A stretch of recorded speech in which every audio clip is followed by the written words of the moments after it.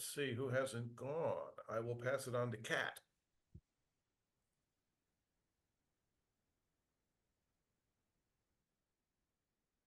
Good morning. I am Kat Gertz. I am the Administrative Coordinator at the Kane DuPage Soil and Water Conservation District.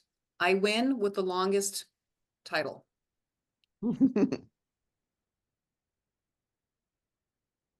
Let's see. Peter, have you gone? Not yet. Peter Nagel, Curator of Aquatics at the Chicago Botanic Garden. Has Dean gone?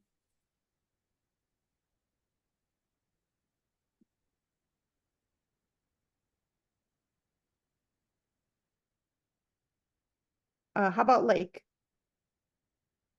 Hi, I'm Lake Schulke. I'm a program assistant for Chicago Wilderness Alliance, and I have a background mainly in communication. But yeah, I'm here to assist in any way that I can.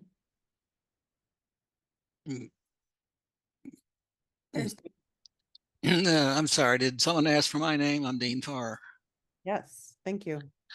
I'm, for everybody's benefit, I'm with the Illinois division of the Isaac Walton League. And I'm on here today. Just a quick update. I don't know how many were following, but the governor cut the operational funding for soil and water conservation districts in half. And there's an interesting story. I think I'll forward it to you, Laura. You might want to send out about the little press release or discussion on all that. It makes it for a real challenge now in the future. Hopefully, we can resolve the problem in this fall. So just an update. All right, thank you. Yeah, please send me that. All right. I'll keep monitoring if someone else joins, Ted, but Sure. To you. Thank you. Thank you. So the reason that we are scheduling this meeting is because the water team for Chicago Wilderness Alliance has had a leader transition, and we've been looking for a new leader. And as we've been talking to folks about this leadership opportunity, we've had a number of really interesting conversations, and we thought that those conversations were worth amalgamating and then sharing. So that's mainly why we're here today, to kind of spread out what we've heard during these conversations. So that's the context here, and I'm going to run through some of those conversations quickly to give us context. And then we're going to have a discussion about where we think we want to go next. Does this sound right? Does this not sound right? Especially given Dean's update, which is really kind of frightening. There's a lot of holes and a lot of work to do, even though we're getting good organization and energy around this topic. So what we have heard, there's building energy and faith in the idea that watershed planning represents the best opportunity at scale to implement regional nature-based solutions to climate change impacts most faced in this region. Not a surprise, that's probably the oldest context. I just wanted to provide that as the baseline. Okay, so then the other thing we heard is, due to multiple factors beyond the scope of this discussion, there are opportunities for organization, alignment, and collaboration within the larger regional water space among the folks that are here today. The last thing that we've heard is there's a region-wide gap between the watershed planning, implementation, capacity, and policy, funding, and coordination. And I think, Dean's announcement just speaks to that writ large. So what do we know? We have CMAP on the left here. That's their diagram. This is a diagram from, I can't remember the source, but I have it up in my link. And I will put all the links in this presentation afterwards. I just ran out of time to do that today. So we know that there are these watershed planning activities also in the region for Illinois, okay? In Indiana, we know that there is good work going on. There's currently watershed planning going on with a group that I'm involved with, sort of up in the Michigan area, Michigan City area, Trail Creek. But these are the gaps that we have found in Indiana through these conversations. So all these areas seem to have plans and sort of groups monitoring them, but the rest of this area is largely, even though it may have been planned, there's not a whole lot of implementation going on. What else have we heard? So we've heard that from Wisconsin that there's good work going on here, but there's the main coverage and main action is going on Milwaukee North, and I'll get to that in a second. And then in Michigan, we know that there's this Galleon River watershed that we're not really a part of, but we do get this strip right in here, this brown Lake Michigan drainage strip. So we're working to connect with folks over there, and I'll get to that in a second also. Okay, any questions so far? Nope.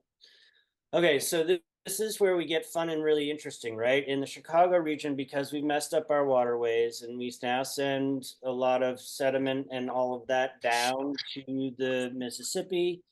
Chicago is a pinch point, right? Because we straddle two large watershed systems. That makes this a really interesting area and a really complex area. Again, we all know this, right? I'm just restating facts for the discussion that is coming up. And then lastly, and this is where we get really interesting, we know the Chicago Watershed Alliance is working within the Cook County in this red circle, right, where we breach watersheds and whole systems. So that's really great because that means that that part is more or less covered. And Adam, I might have you, sort of lead this part of the discussion, but what I have seen through attending your meetings is you're really good in here, but maybe you could get a group of Chicago Wilderness to plug in for the larger region if that's where we go with this discussion. Does that make sense to you notionally, Adam? Like just as a quick, yeah, this sort of makes sense. Yeah, I think Okay. interested to talk about it. Yeah. Yes. And then we have this great new tool from the IDNR coastal program called iShore. I think a lot of us were on this webinar last week. I've been playing around with this tool. It's a really neat tool. It does mostly deal with Lake Michigan, but that is part of the red circle here. And that is part of the two-way system that is challenging, I think, a lot of us in this respect. So those are some of the players. The other thing that we've heard in this conversation is that through the work in Wisconsin, that there's pretty good relationships and a lot of how do I say this? Frequent coordination with the groups up here to the north on Lake Michigan and across the lake in Michigan. But there's very much a gap at the bottom of the lake, and that gap nicely coordinates with Chicago Wilderness Alliance geography. So those are sort of what we have found here. I think there are opportunities to talk about how we sort of sort out if this can coalesce into a vision of full coverage. I don't know. Obviously, capacity is an issue, and that's part of this discussion. So here are the opportunities that we've heard: watershed coordination, capacity. We acknowledge that boundaries don't match up between political and ecological boundaries. So, right, that's a challenge, but a need. There is capacity for watershed planning to enact these nature-based solutions, right? If we can provide that capacity or help with that capacity. We know that there are a lot of funding possibilities for this work. Chicago Wilderness has gone after some NOAA funding. We're still waiting to hear, but there are 319 grants, coastal grants, GLRI, that fit into this system. And it's just really a matter of hopefully how do we as Chicago Wilderness and as a regional set of partners with our own interests sort of figure out the sandbox that we're playing in. And that's really what I want to sort of think about today, given all the interests and geographies that we represent and organizations and interests. Dean, go ahead. Yeah, I'm sorry to interrupt here. At the same time this meeting's going on, the Fox River Study Group is doing its monthly meeting, and they do a lot of work along the Fox River. They had been there for years, and they kind of have similar kind of discussions. So I'm right now jumping between the two meetings. If I drop off, just understand I may go back to that meeting. It's a Perfect. little closer to home for me. I understood. And honestly, Dean, this is sort of our last slide before we open it up to discussion. So if that helps you bounce back and forth, please know that this is sort of the last slide that I'm covering before we open it up to conversation.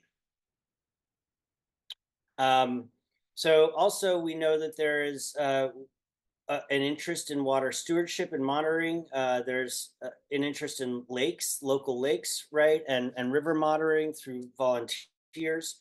I think some of the announcement from Dean probably works into cutting some of those services, which have been cut recently already. And then we have all these shared services tools. We have Storm Store as a program. It's not really a tool yet, but we have the Natural Solutions tool from Friends of the Chicago River. And then we also have the Hub and iShore, right? So we have a lot of tools. How do we play together? What is the best way for Chicago Wilderness as we go about finding a water team and leader, which we're still working on. And I think we've made some really good progress there. We have a couple good candidates. How do we organize this work? And with that, I just want to open it up to discussion and observations. Does what we are sharing today land right? Does it sound right? Does it true with what you know and hear, or did I get this wrong as we have listened to other partners? Where this is where we're opening up to the room. So I'll take any and all comments. The only other thing is I've been sick lately, so I'm not at my best. I may have to pull off mute. And I might ask for help from Laura to regulate and monitor this discussion and help me with this discussion, because I'm not at my best. With that, any general comments, please?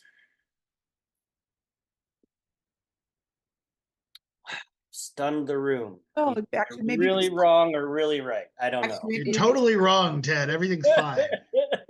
Kathy has her hand raised. Maybe you can stop sharing. That might make it easier. Yes, I will do that. Who is responding here, but thank you. Thanks, Okay. Ted. My only concern is that I don't see MWRD here. Maybe they are, but they are always a big challenge in terms of managing stormwater and the damages that it does to natural areas. Kathy, I think while they may or may not be in the room right now, I think they get plugged in through the Greater Chicago Watershed Alliance. Am I right, Adam? Thank you for that confirmation.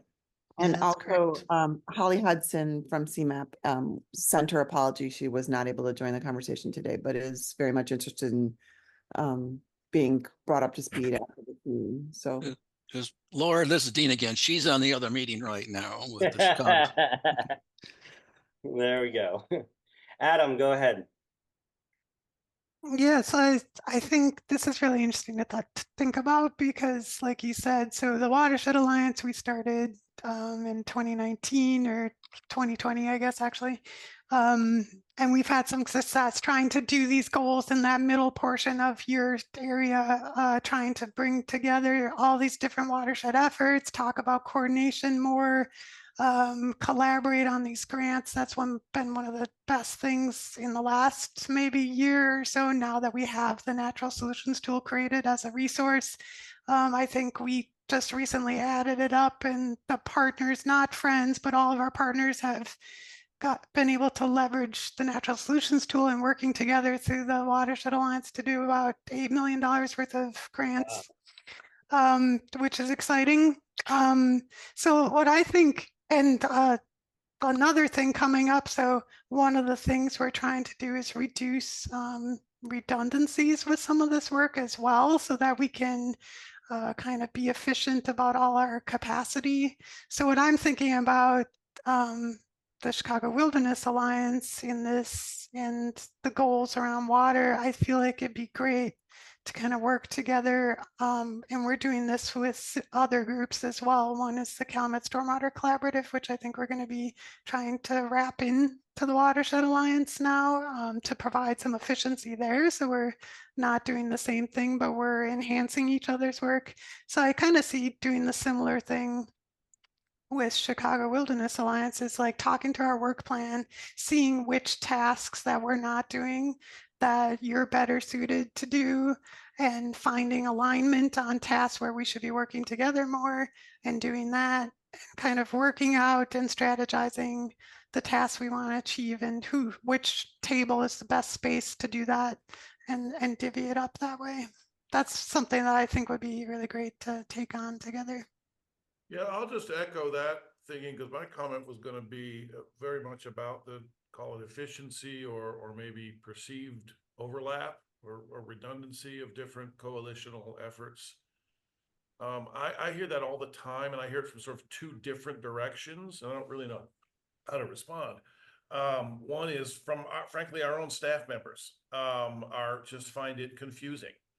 And to sort out, there is the Watershed Alliance now, and there is a Stormwater Collaborative who we're going to host at an outing next month. And of course, Chicago Wilderness Alliance with its different teams, and then there's the regional planning agencies, and that, in both states or all the states. And, so I get this from staff all the time, especially newer staff. It's just, help me figure out who is it, who am I supposed to work with and on what, but I also hear this from our funders, particularly sort of off the record behind closed doors. I mean, our funders love us, and our funders are, as we all know, also they recognize and I'm really speaking of the staff members, but sometimes it's board members too. They want to see in the big picture overall collaboration. They want to see collaboration. They want to see coordination. They don't want us in our silos, right? Absolutely. They're very clear and firm about this. But in the next breath, they will go, oh my God, in Chicago area, like, you can't tell the coalitions without a scorecard, and even then you can't if you're not in the middle of it. And again, what's the connection and who's sort of leading on what and so forth and so on. So the kind of sort of coordination of the coalitions that Adam just referenced as an overall approach, I think would be very welcome by a lot of people who are very important to us, we work with in various ways. That maybe would be my summary. Paul, can I ask you a question that may be clarifying in nature, and I think this goes to you and the room. If we look to provide that roadmap and coordination of coalition, what does that look like? Is that a physical map? Is that just like a flow chart of naming the partners? Is that, gosh, I'll try to pull this up, but for the NOAA grant, I made a partner map for Chicago Wilderness that has a lot of different dots and connections by sector. I'll try to pull that up so you guys can see a graphic of that. I'm just curious to follow up on your really good comment. What does that coordination look like to you or to others in the room? Well, I don't know that I have the answer to that, but I do know that the question, the way it's always phrased to me from both directions, if you will, the ones that, whether it's funders or staff members, centers on sort of decision-making and action. So, like the maps of sort of overlapping in areas of influence, watersheds and gaps, which is interesting with what you just put up there, doesn't really answer the question. I mean, it's interesting. These people I'm talking about are very interested in that, but it sort of actually in a way reinforces the question. And whereas, but I'm saying, oh, okay, within that, the regional planning agency, what the ball that they're moving down the field is this. And what the Watershed Alliance is focused on accomplishing and getting us to is this. And Chicago will, and you know, when you go around and you try to answer that, I've gotten those questions, I try to answer those questions, and I find myself using a lot of the same words repeatedly for the different coalitions and alliances and regional entities. And I keep it, and then they say, okay, but, you know, and it's like that. It's a bit of a rabbit hole. So it's really heavily, what I hear from people is heavily about decision-making and action is the question that I get. So what's the answer to that? If I had it, I'd have already said it, but I don't. I mean, what's the magic bullet? I don't know. Adam, and then Phil. Yeah, I'll be brief so other people can talk, but just in response to that, when we started, so we've been talking to Metropolitan Planning Council about the Calumet Stormwater Collaborative for about a year now. And we came together because we're like, okay, the steering committee for the Stormwater Collaborative, which we were on, was talking about a lot of overlap. And so the process we did was we really sat down and went through the work plans and kind of pulled out the things that were like, oh, these two things are very similar goals. So how do we come together on those? And then there were things that were unique. And to each group that were like, oh, we weren't doing that. You know, we didn't have a maintenance working group. We didn't have this working group focused on this topic. And so we were able to sort of sort out the things that were unique, sort out the things that were the same. And I found that just to be a very useful process. And then now that we're trying to merge them, it gave us kind of a roadmap of like finding where the overlap was. So anyways, it was just kind of a great learning experience to do that. I don't want to interrupt the process of questions. Can you flush that out? Was that like a work? I mean, did you kind of like have a like a series of workshops and a facilitator to help guide that process, or how did that happen for you? We just sat together as staff. So our staff sat together with their water policy staff and literally had a shared document with both of our work plans and kind of pulled it together. And then what we created as an outcome is a transition plan for coordination and merging parts of it. So we have kind of it's not quite finished, but we've worked through kind of a transition plan of who does what in the future and what does this look like and who's involved in what in the future. Thank you. Yeah. And this is just what I'm thinking of right now, because I had just a really fascinating conversation the other week with people National Park Service and people working on the Little Calumet. There's a Lowhead Dam out there, Lynn Dam. It's like a really small old one. That my assumption going into the process was, oh, we want to try to find funding to remove that dam, obviously. The dam was put up before all of the major Great Lakes invasions. The Great Lakes are connected to the Little Calumet right there. The dam has actually prevented all these invasive species from getting upstream of that dam. And so it's like accidentally this really well protected. There's so much local knowledge in all of these different areas that people who have been working on these rivers for sometimes decades, I think creating connections to people that know that information is most of it. So I'm thinking about this and I'm wondering if the first thing that we kind of need to address is, what are the waterways that we're talking about? Like, what are the specific, if there's an inventory of everything that our Chicago wilderness area covers, main branches and then the tributaries, so we can get it and then figure out what groups are working there. Like have this inventory and say, okay, this is this. And there's going to be some places where there's like a hierarchy of people that you have to talk to do any work. So some places is going to be the Army Corps. You absolutely have to talk to the Army Corps first before trying to do anything. Then some places is going to be MWRD. Maybe some places is going to be national parks. Some place is going to be a different city. So I think like figuring out what are the watersheds, what are the main areas, who's working there, what are the permits and permissions that you're going to need to get. And I think it all needs to really be in service of trying to capture a lot of this federal money that is out there, because I think like this is our biggest opportunity in this region to kind of turn this into something that is like those other kind of lake adjacent areas that you were pointing out that are much more, and going up to Canada, and we've talked to a bunch of it, like everyone has kind of got their watershed unified in some kind of centralized thing. And I think this is a good opportunity for this. And I think if what this organization can do is bring together all of these maybe smaller groups who have this passion and ability to do this work relatively quickly, and they have the connections, they just perhaps need money for matching. And so maybe we can hook up a smaller organization with a larger organization, and get something effective done. I think that's probably the best way to leverage what we have existing. And I think it'll clear up some of the confusion, because then we'll have this big list and say, okay, you want to work on the Galleon River. Here's the people that we know. Here's the contacts. Here's the main organization you're going to have to talk to get permission to do anything. Try to make it as simple as possible for someone like me, or nonprofits or governmental organizations, whatever, to just have this direct line and say, okay, these are the people you need to talk to. This is how you get something moving quickly for NOFO or for RFP that's like due in 6 months or something like that, because that seems to just happen all the time.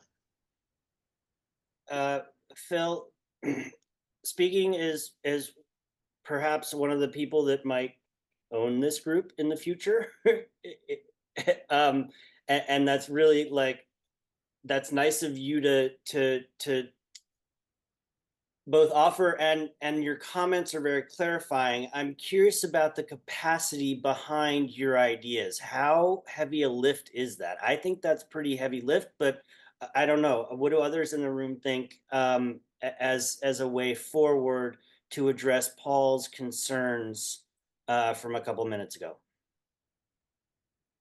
I think it is I think it's a heavy initial lift. But I do think that in many cases, starting to create the connections now are something that are going to functionally help us out maybe 2 years from now or something like that, where I don't think it's going to be a quick process. I don't think it's going to be quick, and I don't think it's going to be easy. But I think once we kind of get the ball rolling, a lot of things will fall in place quickly, but that's just my opinion. What do others think about Phil's idea? Is it worthwhile? Is it worth that initial investment in time to get it right, to sort of delineate the players, the areas, and the processes while we all play in our own sandboxes?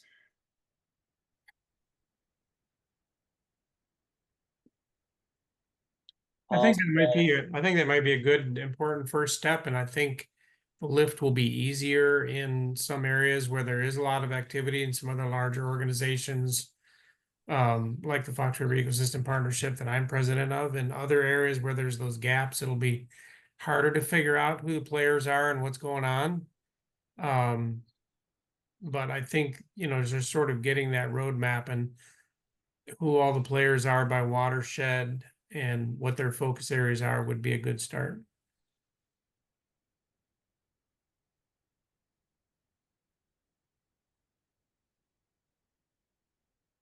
We've even had to work on that within the Fox River Basin, because when you include Wisconsin, there are at least 7 organizations working on the Fox River within each state. And so we partner once a year to host our Fox River Summit, but we're still trying to figure out how best to work together more collaboratively the rest of the year. Yeah, the sort of dialogue that Adam described between those two coalitions,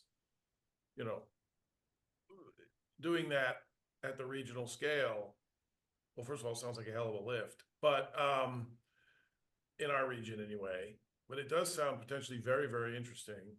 And in the way that Adam described in that instance, I would urge that it be clear about, not leave, if you will, the sort of broad buzzwords, just not just leave them or assume that it's clear to everybody what they mean in practice, because that is really what that is the need, the yearning that I hear overall about is the sort of practicalities, action, on the ground decision. What does this mean? I know what the word means. That's not my question, right? I've literally had people say that phrase to me. And it does connect to what Phil brought up about, and as I think we probably, most of us know on this call, there's one particular funder in particular in our region who's very important to many of us who has actually made it their sort of, I don't know what's the word, their cause, to harass us all in a good way about the window of federal funding and opportunities that's out there. So that's not a bad framing sort of action thing, but just as a general thing, it does sound very interesting. Boy, it doesn't sound quick or easy. Geez. I mean, Jeff's example, the Fox River, I mean, you can multiply that. I'm thinking of Northwest Indiana now. I'm thinking of, God, I mean, but it doesn't sound like a small piece of work to do the sort of analysis that Adam described, two of the coalitions just sitting down and doing together. But it does sound very interesting. We've done some of this type of work. It was something we wanted to do with the Watershed Alliance just for our sub area. And we've been pretty good about connecting with the sub watershed groups. So there's the Lower Des Plaines, and then there's a North Branch Watershed Work Group and those types of sub watershed groups. But then there's the next layer of the MWRD watershed groups. And then there's other layers below that. And we've just found that it's a lot of staff time. So we can connect with a lot of these groups maybe once a year, but beyond, we'd love to do more than that because the coordination is really valuable, but it's hard. There's so many meetings and it just kind of, it's like exponential, the layers, but it is valuable. We found it very valuable to talk to the other groups.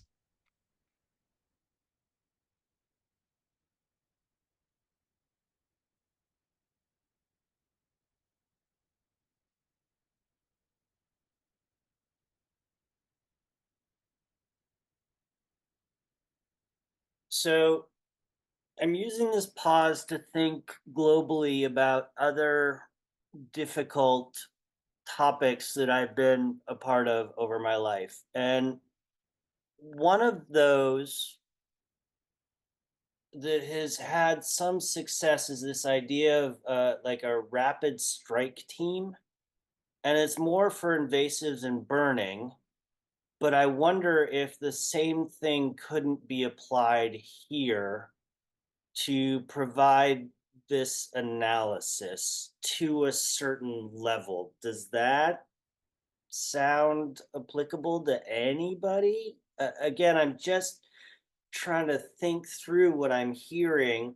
I've heard that what Phil proposed is very helpful, but very kind of a heavy lift.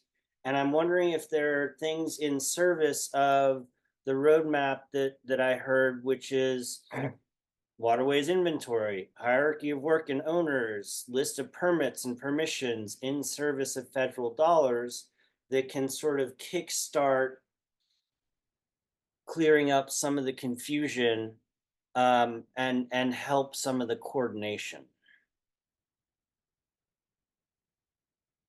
I don't know if that's applicable here. But is there some sort of idea from another sector that we can beg, steal, or borrow to help iron out some of these thorny questions?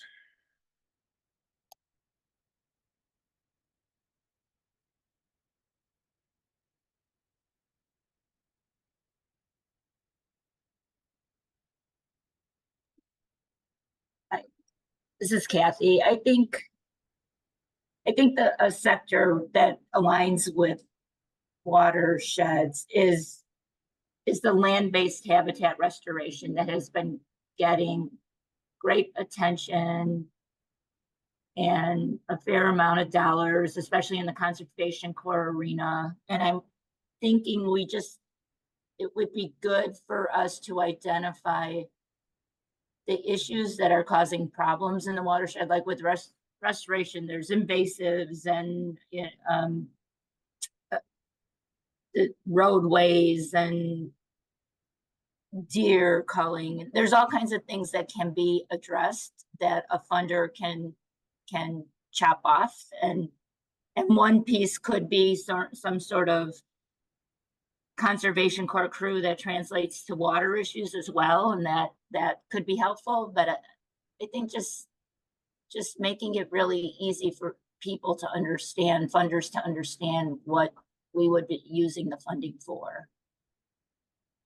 And frame it the way restorationists do, habitat restoration, land-based restoration.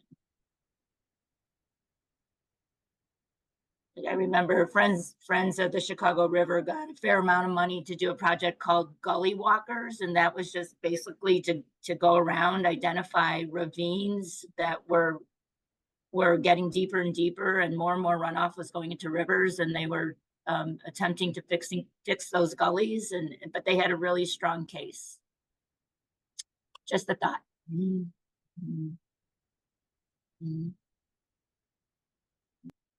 I like that.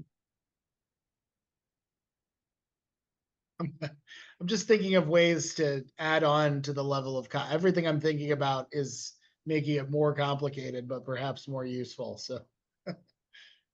Right. And so, you know, one of the things that I talk about Ted and others on the steering committee about often is that the work is the work. And I'm wondering if the first step, even as far as the funders are concerned, is to sort of convene something to be able to sort of map out the process to get this off the ground. And, or if we convene just as, I mean, we don't even need the funding to do that. We need to kind of really look at how the process could be set up to establish something like this. You know what might be interesting is a lot of these, there are a lot of like, I'm kind of thinking of this as being something that is probably more like gathering a lot of the information is probably more time consuming than it is difficult.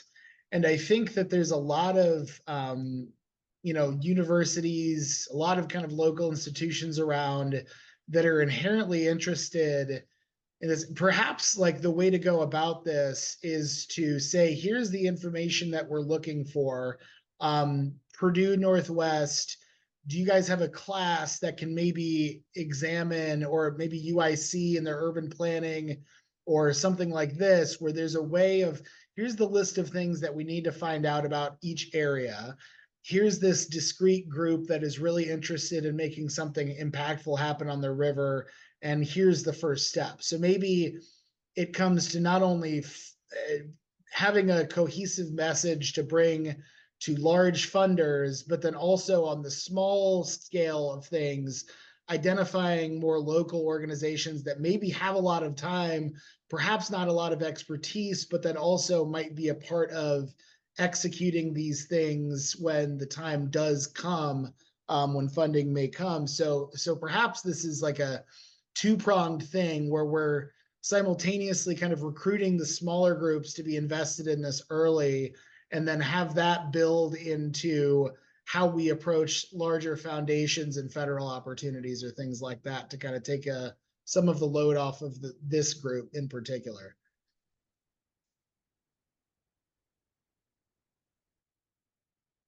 Maggie. Hello.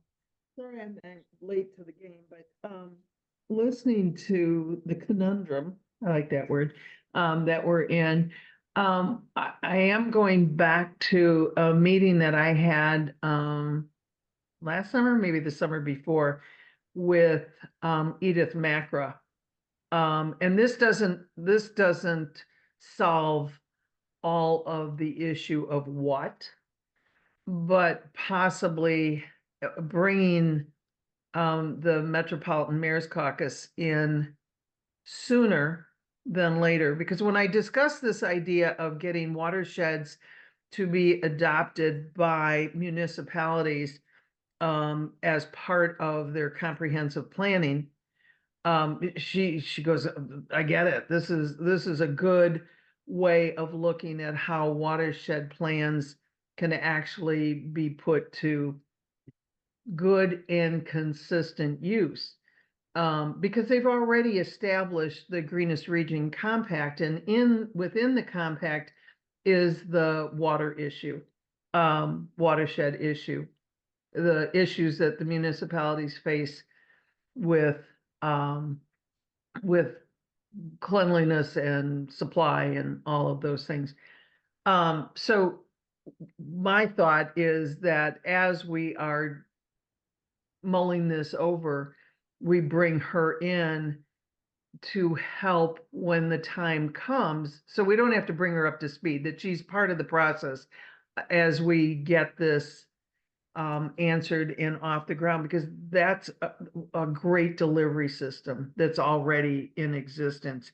And when I say it's in existence, we already have municipalities with mayors and city councils that have signed on to this contract, which means they're already somewhat committed. I'm not going to say 100% committed, but somewhat committed. I think that we should absolutely be working very closely with them, because it already exists, of how we can get the whole region involved in what we're talking about.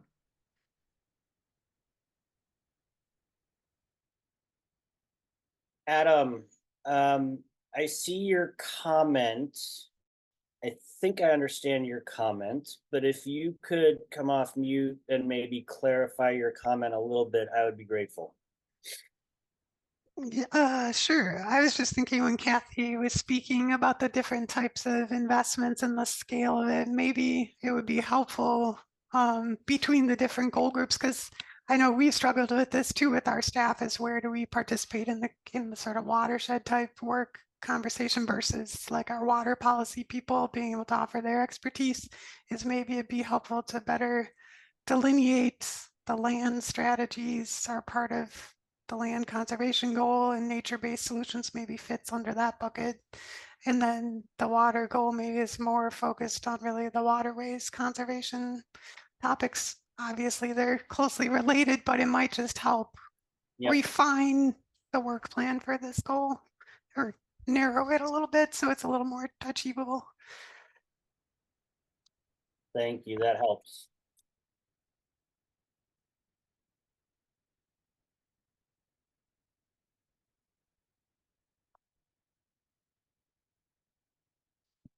So I note that we have 13 minutes left in this meeting. I don't want to keep you longer than I have to. If the conversation is sort of naturally ebbed at this point, by all means, I'm willing to sort of close the door. I think there's been a lot of good thinking and a lot of good points made here today for us to think about. But I also don't want to cut brilliance off early if that's the case. So are there any other thoughts, any other comments, flashes of brilliance that we have for the last 13 minutes? I have a quick question, because I always like not reinventing the wheel. And that's a big part of this, Maggie, right? I think, I don't know when you signed on, but I went through a whole contextual presentation of whose geography is where and what we've heard and all of that. I'm happy to send out the slides afterwards once I get the links clarified to my references. Appreciate that. My question more is, what are other parts of the country doing in regard to this issue? You know, we know what we're doing, or at least we're aware of all the different groups, but what are other areas in the country doing with this same topic? Because I know that we're not the only brilliant ones in the country. Yeah, and that's a Or good are we? point. I have no knowledge of that. Maybe others do. Go ahead, Adam, Paul, Phil, anybody else that knows what's going on nationally in terms of conversations and best practices. Yeah, it's probably a lot to get into, but we actually, before we kind of kicked off the Watershed Alliance, we sort of did a tour of other regional watershed groups and organizations, and met with them in Los Angeles and the Puget Sound and Chesapeake Bay and some of these places. So I'd be happy to share that with people if they're interested in some of that research. I think that would really be good for consideration, and, actually seeing what works and what doesn't work, so we don't go down that road. The other opportunity that we may have here, and again, I'm sort of looking at Adam, but he's not really part of this effort, is the Friends of the Chicago River are planning a water summit for October, and we have that date, and it does, you know, the theme is coordinating through watersheds, so maybe there's some opportunities there. I'm working with them to promote some speakers. I've submitted some people, we've solicited ideas to that effect. But that might be a possibility to continue this discussion in some respects. I don't know what you think about that, Adam, and I don't want to hijack your watershed conference, but you did ask me to help, bring you speakers and topics. So Yeah, no, I think that's the point of that gathering, is to really talk about these issues. So we're hoping that that's an opportunity. And we did this before. I think somebody mentioned, I forget who, but the linking watersheds thing we did with Chicago Wilderness a while back. So it's kind of based on that same model. So we're excited for it.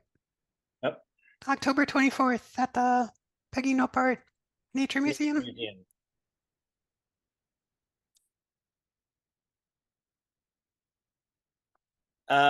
I think, unfortunately, based on this conversation right now, I don't have a whole lot of concrete next steps, but I think we have enough input to kind of go away and mull this over and add this to the mix.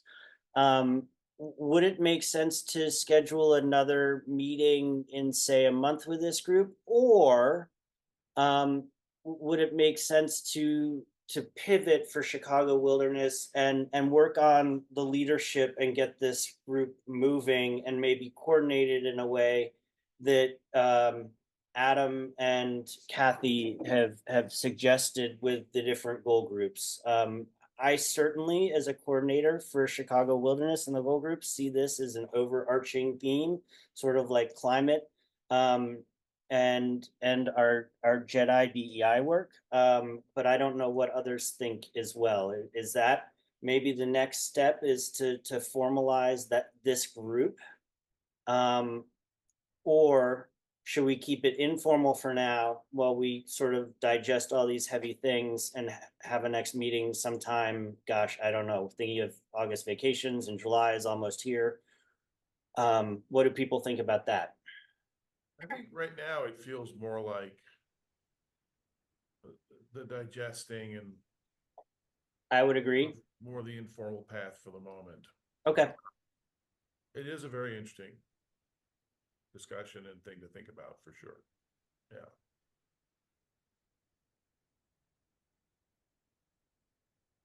Eight minutes left. Any last chances for comments from those that we haven't heard yet before I let you on to your day? I'm really appreciative of your time and insights. I think this is really helpful, even for those who aren't commenting. I think it's helpful to hear. So I appreciate you all making the time today. Yeah, I'd agree. I think digesting right now, it's great to get all this context, but definitely need a moment to process all this information. Yep. Okay. Well, again, I can't say enough how appreciative I am of all of you to spend time with us today, especially given the fact that there is a competing meeting on the same topic, which we didn't know. Otherwise, we might have thought differently about this. Thank you, Ted, for preparing and kind of help guide this. It's been, I think we've learned a lot in the last 6 months, certainly as we've been sort of doing this deep dive. And I agree that there is an opportunity to both integrate it, but also it is overarching on all the Green Vision initiatives in a way that we weren't probably we realized, but when we think about structuring it, it becomes more clear. So. Awesome. Have a great day, everybody. Thank you.